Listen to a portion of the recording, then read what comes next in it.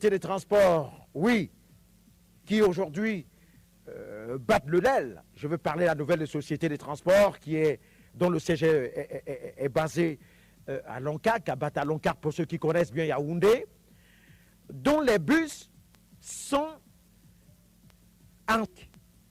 C'est-à-dire que nous, on ne veut pas se moderniser, on ne veut pas s'adapter, on ne veut pas évoluer au même rythme que les autres. On veut toujours traîner la patte, on veut toujours aller à pas de tortue, on veut toujours traîner sur le sol comme un escargot à 2 à l'heure. On ne veut vraiment pas évoluer. Si on avait voulu évoluer, on se serait donné les moyens. Je me souviens quand même qu'il y a pratiquement une dizaine d'années, le délégué du gouvernement auprès de la communauté urbaine de Yaoundé avait annoncé les tramways à Yaoundé. Mais aujourd'hui, on n'en parle plus. On n'en parle plus. Au Cameroun, malheureusement, nos dirigeants ne passent le temps qu'à parler des projets. On fera ceci en tel nombre d'années, dans telle année. On fera ceci demain. On fera cela après-demain. Et pour finir, il n'y a rien du tout. Mais alors, rien du tout. Vous voyez le retard qu'on accuse par rapport aux autres? Le Cameroun, on ne s'imaginait pas qu'en 2019, on sera encore là, à grimacer, à se gratter la tête, à se regarder dans les yeux et naturellement à couler quelques larmes douloureuses, parce que le conseil est clair, rien ne marche au Cameroun. On n'évolue pas, on est toujours sur place. Ce n'est qu'aujourd'hui qu'on se bat pour construire une autoroute. On est même d'ailleurs dans l'incapacité de construire cette autoroute. L'autoroute Yaoundé-Douala, dont les travaux ont commencé, ça fait pratiquement 5 ans aujourd'hui, mais à quel niveau sommes-nous dans le chantier de la construction de l'autoroute Douala-Yaoundé? À quel niveau on en est? J'ai essayé de mener mes enquêtes, naturellement auprès de certaines personnes qui y travaillent. On est dans les 75 km déjà de bitume. Alors, imaginez-vous qu'en 5 ans, vous n'avez que pu bitumer 75 km de route sur 245 km. Vraiment, ça fait très mal au cœur. Ça fait qu'en 10 ans, on aura fait en tout et pour tout 150 km. En 15 ans, on aura fait 200 km. Donc, on est parti pour construire cette autoroute en 20 ans. Puisque en ce moment, il n'y a pas d'argent, les travaux avancent à un rythme vraiment de tortue, et ça fait très mal au cœur. On nous a dit qu'on nous allait nous construire une autoroute également qui allait desservir le port autonome de Kribi, en passant par Edea, Douala, qui allait faire en fait la ceinture. Mais jusqu'au jour d'aujourd'hui, les travaux piétinent. C'est terrible ce qui nous arrive aujourd'hui. On a très mal à la tête, on est crispé, parce que quand on voit l'allure avec laquelle les autres évoluent, ceux qui étaient loin derrière nous hier et qui nous ont rattrapés, d'autres même qui sont déjà devant nous, ça nous fait très très mal au cœur. Et on se demande bien, où va donc finalement l'argent du Cameroun? Au point où on se retrouve aujourd'hui à demander les prêts d'argent partout, à gauche et à droite. On est devenu quasiment des mendiants d'argent. On demande l'argent partout pour achever les projets dont les financements ont été accordés, donnés et mangés, détournés. C'est là où nous sommes. C'est là où on en est aujourd'hui, dans ce pays. Et quand nous disons des choses, ce n'est pas qu'on en veut aux gens. Le problème du Cameroun, ça je le dis depuis des années, c'est l'incompétence caractérisée de certains de nos dirigeants. Vous le savez. Regardez à quoi ressemble Yaoundé, s'il vous plaît, chers frères et sœurs, vous qui voyagez, vous qui allez à gauche et à droite. Vous trouvez normal que Yaoundé soit encore comme un village abandonné, avec des routes quasiment impraticables partout? Vous trouvez cela normal? Ce n'est pas normal. Vous trouvez qu'à Yaoundé, avec tout ce qu'on a dépensé pour la construction des barrages, qu'on soit toujours privé d'énergie électrique à tout moment, qu'on soit privé d'eau potable à tout moment, qu'on soit privé presque de tout, c'est pas normal. C'est pas normal. Donc, grosso modo, le bilan est négatif là, très négatif. Parce que les projets, oui, on a commencé à les réaliser, mais les projets ne sont pas achevés et ne servent non plus au peuple. C'est quand le peuple se servira de ces projets qu'on les comptera parmi les projets qui sont désormais utiles pour le peuple. C'est de ça qu'il est question. Mais entre-temps, dans le gouvernement, on a pratiquement plus de 60 postes ministériels et assimilés. C'est un gros budget que vous n'imaginez pas qui va dans l'eau. Pour quel travail? Parce que autant de ministres titulaires et assimilés qu'on a, qui ont des salaires, qui ont des avantages, pour quel résultat? Pour un résultat de zéro macabo. Je vous ai seulement parlé du secteur des transports, le transport terrestre, le transport ferroviaire, le transport aérien, qui est paralysé. Ça ne marche pas, parce que le transport terrestre est paralysé, parce qu'il n'y a pas de route. Il n'y a pas de route. Il faut voir ce qu'on a comme route au Cameroun et qu'on a vite fait de baptiser axe lourd. Non, tout est en chantier là. Pour partir de Yaoundé, pour Douala, vous avez 5 heures de temps à griller. C'est 248 km. Dans les pays sérieux qui se respectent, on les fait en 2h30, pour ne pas exagérer, 2h30, 3h. Au Cameroun, on y prend 5 heures. Si vous partez de Ngaoundéré pour Garoua, c'est dans les 280 km par là, vous avez 9 heures de route. 9 heures. Je vous parle du Cameroun. Vous avez 9 heures de route parce que l'entretien de cette route nous a dépassés. On est même dans l'incapacité d'entretenir les routes chez nous. La route Ngaoundéré-Garoua est dans un état piteux. Demandez aux gens qui voyagent régulièrement par là-bas, ils vous diront que c'est grave. Donc, on prend 10 heures à 9 heures de temps pour boucler un tronçon de 270 km par là. Ngaoundéré, Garoua. Là, nous sommes toujours au Cameroun. Maintenant, si vous allez à l'ouest, c'est la totale. C'est un désastre comme vous n'en avez jamais vu. Pour entrer maintenant, aller à Bamenda, c'est vrai qu'on est dans les constructions à gauche, à droite, c'est difficile, ça avance, ça n'avance pas. On a trop de problèmes. Et du coup, le transport terrestre ne peut pas marcher. Si le transport terrestre ne marche pas déjà à l'intérieur de la capitale, comment est-ce que ça pourrait marcher à l'extérieur de la capitale? Ça ne pourrait pas marcher, parce que s'il y a des routes qui doivent être bien bitumées, c'est d'abord les routes de la capitale. Parce que la capitale est un peu comme le bijou, naturellement, d'un pays. Tout doit partir de la capitale. L'exemple sur le plan comportemental, sur le plan des infrastructures, sur le plan de la modernisation, sur le plan du développement, c'est d'abord la capitale. Si votre capitale n'est pas développée, taisez-vous. Arrêtez de parler aux gens. Donc, là où on est là, on doit arrêter de parler. Vous n'avez pas de route à l'intérieur de Yaoundé. La lumière, l'énergie électrique, vous n'en avez pas du tout, puisqu'aujourd'hui, vous le savez très bien, tout le monde a pratiquement un groupe électrogène à la maison, à défaut d'avoir une lampe traditionnelle à pétrole qu'on utilise généralement. On vend les bougies à Yaoundé comme des petits pains, parce qu'on n'est pas sûr aujourd'hui de passer plusieurs jours avec l'énergie électrique. L'eau potable, alors, c'est trop grave. Au Cameroun, à Yaoundé, personnellement, on a renoué avec l'eau de source ou l'eau du puits. Les puits, on en creuse désormais un peu partout. C'est là-bas que les gens se ravitaillent.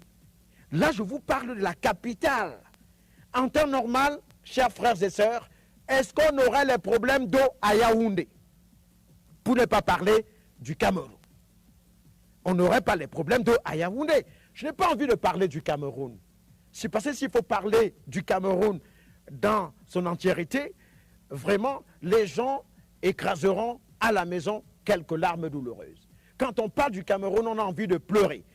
Ce pays, au jour d'aujourd'hui, ne serait pas comme ça si nos dirigeants avaient été conscients que le développement et la construction de notre pays passent en premier. Non, les gars se sont jetés dans l'agression des caisses de l'État, dans l'enrichissement illicite. Voilà où est-ce qu'on en est. Allez voir à quoi ressemblent les duplex de certains gestionnaires de crédit. Allez y voir. L'argent avec lequel on a construit un duplex de certains ministres pourrait construire des immeubles R14, R20, où on logerait certains ministères, certaines entreprises. Parce que vous voyez aujourd'hui, Yaoundé est touffu. Yaoundé est aujourd'hui comme dans une boule. C'est difficile aujourd'hui de bouger à Yaoundé. On a l'impression que Yaoundé, il manque de tout. J'ai même envie de dire qu'il est important qu'on pense à délocaliser le marché central de Yaoundé. Il faut l'enlever là où il est là. Il faut avancer avec la modernisation de la capitale. Éventuellement, s'il faut avancer avec la modernisation de la capitale, il faut délocaliser le marché central de là où il se trouve là. Parce qu'il n'y a plus de route véritablement qu'on peut emprunter à Yaoundé sans tomber dans les bouchons. Voilà une capitale. C'est l'une des rares capitales au monde d'un pays qui a les moyens de se construire un échangeur qui n'a pas d'échangeur. Voilà, c'est ça Yaoundé, pas d'échangeur. Pendant que les pays qui n'ont pas les mêmes moyens que nous dépassons à tous les niveaux, ont quand même un échangeur, deux échangeurs.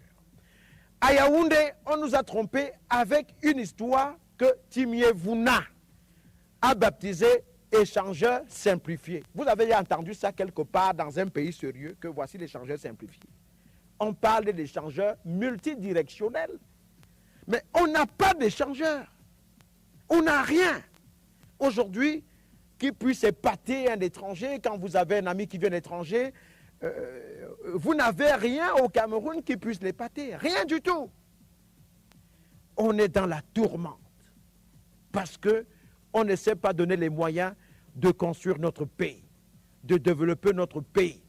Nous sommes responsables du non-développement de notre pays. Arrêtons d'accuser M. Biya. Ce sont nos frères à qui M. Biya a accordé une partie de son pouvoir, à qui il a donné les moyens, qui ont détourné ces moyens qui étaient destinés à la construction de toutes ces infrastructures. C'est ça la vérité. Ça ne marche pas chez nous. Pourquoi? Ça ne marche pas chez nous parce que les ministres sont plongés dans les rétrocommissions. Pour qu'on accorde un marché de la construction d'une route à une entreprise, fût-elle américaine, italienne, française, il faut que les responsables de cette entreprise acceptent la logique et la condition des rétrocommissions. Vous nous donnez combien dans l'affaire? Et aujourd'hui, il faut voir, les routes que nous construisons dans notre pays sont exiguës, alors que sur le papier, c'est des routes bien larges, bien grandes, parfois même à double sens. Mais comme l'argent qui est destiné à la construction d'une route à double sens, d'une grande route, est détourné, l'entrepreneur est obligé de réduire le format de la route. Parce qu'il vous dit, mais il est prévu que cette route nous prenne 150 milliards. Maintenant, vous voulez qu'on vous donne 50 milliards. Nous serons donc obligés de réduire le format de la route pour que les 100 autres milliards qui restent puissent naturellement construire la route. C'est comme ça que ça se passe. Vous avez la route Kribi, Akom2 et Bolova, qui connaît des problèmes à cause des rétrocommissions. Ça n'a pas marché. Allez demander à Ngannou Messi. Tous les jours, ils disent qu'ils aiment bien, ils aiment le Cameroun, ils aiment le peuple camerounais. Vous n'aimez pas le Cameroun, vous n'aimez personne au Cameroun en dehors de vos poches et de votre ventre. Parce qu'une route comme celle-là, que le président de la République a tout fait en accord avec le président italien quand il était ici en visite, de tomber d'accord sur la dette qui devait être compensée par la construction de cette route. Je vais vous expliquer les tenants et les aboutissants de cette négociation demain, parce que j'ai tous les documents, on me les a donnés. Mais on n'arrive pas à comprendre comment rien n'a bougé. Il a fallu que le directeur du cabinet civil, M. Samuel Vondo Ayolo, instruise par le biais, il a fallu qu'il instruise, sur haute instruction du président de la République, le ministre des Travaux publics, pour qu'il mette les moyens qu'il faut en musique pour le démarrage de la construction de cette route. À l'heure actuelle, rien n'a bougé. Rien n'a bougé. Et vous dites que vous soutenez M. Biya, M. Ngannou Messi. Vous dites que vous soutenez M. Biya. Hein? Depuis combien de temps cette route devait être bitumée? Vous avez fait quoi? Vous avez fait quoi? Et vous allez vous tenir là dehors, vous dites comment vous aimez le Cameroun, vous dites comment vous aimez M. Biya, vous dites comment vous travaillez pour votre pays. Regardez comment les instructions du président sont bafouées, ne sont pas respectées aujourd'hui. Ça montre à suffisance que chacun est dans son couloir et chacun fait ce qu'il veut. Donc demain, je vais développer cette affaire pour que les Camerounais comprennent à quel niveau de méchanceté certains hauts responsables en sont aujourd'hui. Parce qu'on est là, on bavarde, tout c'est M. Biya, c'est M. Biya, c'est M. Biya. M. Biya ne peut pas être partout à la fois. Il ne peut pas être en même temps président de la République, en même temps ministre des Travaux publics, en même temps une entreprise pour construire une route. Ce n'est pas normal. Quand le président donne une instruction, accompagné des moyens, le travail doit commencer. Qu'est-ce qui manque? Qu'est-ce qui manque là maintenant? Il faut nous laisser vos batailles. C'est le peuple qui souffre aujourd'hui de vos batailles. Ça ne marche pas parce que vous êtes dans les batailles, vous êtes dans les clans, rien ne marche. Vous torpillez tout. Tous les projets de M. Biya sont torpillés. Et on dira demain que M. Biya n'a rien fait. N'a rien fait. Et ils sont les premiers à dire que M. Biya est fatigué. Alors que c'est eux qui fatiguent M. Biya avec leur incompétence. Quel est le président qui peut avoir autant de personnes qui ne veulent pas travailler? Et les remaniements que nous faisons, on ne sait même plus pourquoi on fait les remaniements. Puisque rien ne change. Rien ne change. Et c'est pour cela qu'il faut qu'on pense à aller chercher les gens ailleurs. Peut-être pas ici. C'est trop grave. Alors, donc demain, nous allons développer ce dossier. Le dossier de la route Kribi à Komdeu et Bolova. On va vous dire concrètement ce qui se passe. Moi, je ne suis pas dans les affaires de mafia, de magouille, d'intimidation. Je ne suis pas là-dedans. Et je suis là pour dire aux gens, vous qui croyez que le problème du Cameroun, c'est M. Biya, ce n'est pas M. Biya, c'est d'abord nos frères. Parce que nos frères, M. Biya leur a fait confiance. M. Biya leur a donné les moyens. Voilà Yoki Onana qui construit les routes communales. Avec quels moyens? Il vient de bitumer une route communale dans son arrondissement en tant que maire. Des routes qui relèvent de la compétence de la mairie. Il a fait. Il a demandé l'argent à M. Biya. Il a fait avec combien? M. Ngannou Messi, pour un petit tronçon de route de 9 km, il dit que ça a pris 43 milliards. Vous trouvez ça normal? Vous trouvez ça normal? Et il est toujours dans le gouvernement. Parce que les gens sont dans les réseaux. Parce que les gens sont dans les clans. Les gens ne veulent pas servir le pays. Les gens ne veulent pas construire leur pays. Tous les jours, dès que celui-là est malade, il voyage, il part en Europe.